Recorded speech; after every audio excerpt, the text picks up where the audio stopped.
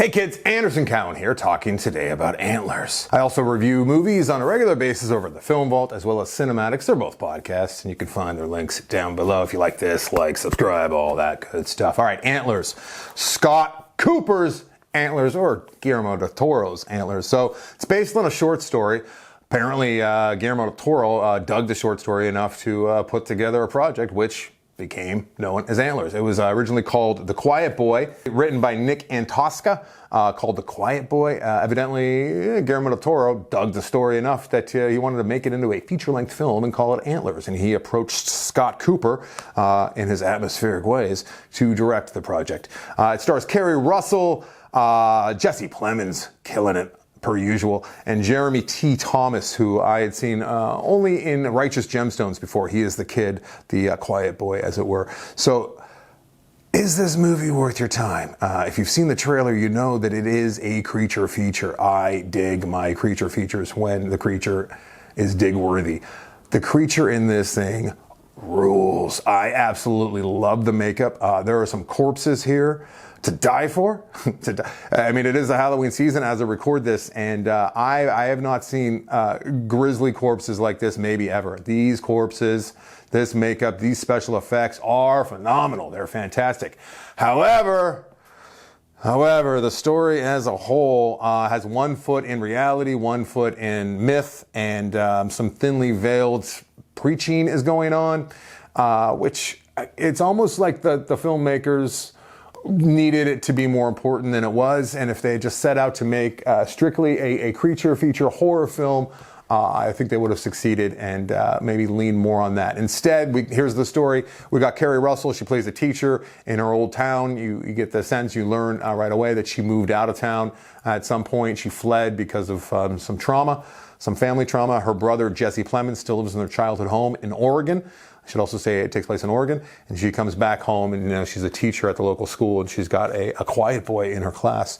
And he's very disturbed. He's emotionally disturbed, and she can tell this, and he's drawing creepy pictures and whatnot. It opens up in a mining shaft, where a couple guys who are making meth are accosted by an off-screen creature. And there's a little boy who is in the truck waiting for his dad, and then he wanders in to look for his dad, who never comes out because this creature took care of his dad and his friend. And that's where the story leaps off. And then we get Carrie Russell, who plays the teacher, and she's concerned about her young boy, Lucas, who's one of her students, and he's very troubled, and he's talking about some gnarly things that are happening at home. He's writing stories about bears, but you can tell that it's dad and his little brother. And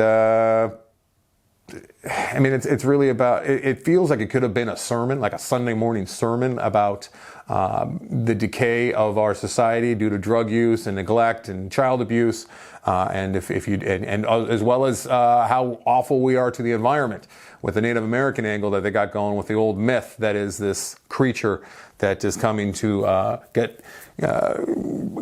make humans pay their just desserts for being naughty, right? So there's a lot of waiting around and wading through some of this heavy stuff. If you're familiar with Scott Cooper, you're going to get the same kind of atmospheric tone as you might have with Out of the Furnace, which was just a slog of a watch for me. It was just so heavy. And then before that, he did Crazy Heart with Jeff Bridges, which a little lighter but still pretty dark. And this thing is dark all the way through. So I like it a lot. I think it's worth a watch just for the creatures alone. There's some good direction for sure. But here's what I'm doing in the theater. In my head, my internal monologue is going like this. All right, yes, okay, yes, yes, yes. What? Wait, why? No, why? Why would she do that? What? She wouldn't do that. No. Okay, yes, pretty cool. I'm enjoying what I'm seeing. Okay, whatever, meh. So, yeah, it made me think of Annihilation a number of times while sitting in the dark theater last night, and kind of wishing that I was watching Annihilation instead. It's on par for the sound design that Annihilation created for us, and the effects, I would say, are on par, which says a lot because Annihilation looks phenomenal as well. Twice I say phenomenal, twice I gotta say it. So yes, I would recommend this if you dig your creatures, if you dig your creature features, if you like to be preached to a little bit, and if you can handle a little social commentary in your horror films, which is here for sure, thinly veiled, not saying a whole lot, but mixing it in there just to make it more important, I guess. This movie deserves to be up for best effects and whatnot at the end of the year, makeup. I don't think it'll get it because it's not that kind of movie. I don't think it'll be even looked at for awards, but it deserves to be. I've never seen anything quite as good looking as these grisly corpses. So if you're into that kind of thing. If you have not seen Annihilation, though, I would spend my time and money, or not, watching Annihilation. I know it's streaming on a couple platforms. So, all right. Thank you very much for watching. And next week, well, I don't even know. Next week will be another big movie. That I can tell you. That I can tell you. And thanks to my friends over at Aperture for hooking me up with this very nice light that is making me look so pretty. I know I don't look pretty, but it's making me look better than I normally would. So thank you, Aperture. All right. Happy Friday, everybody.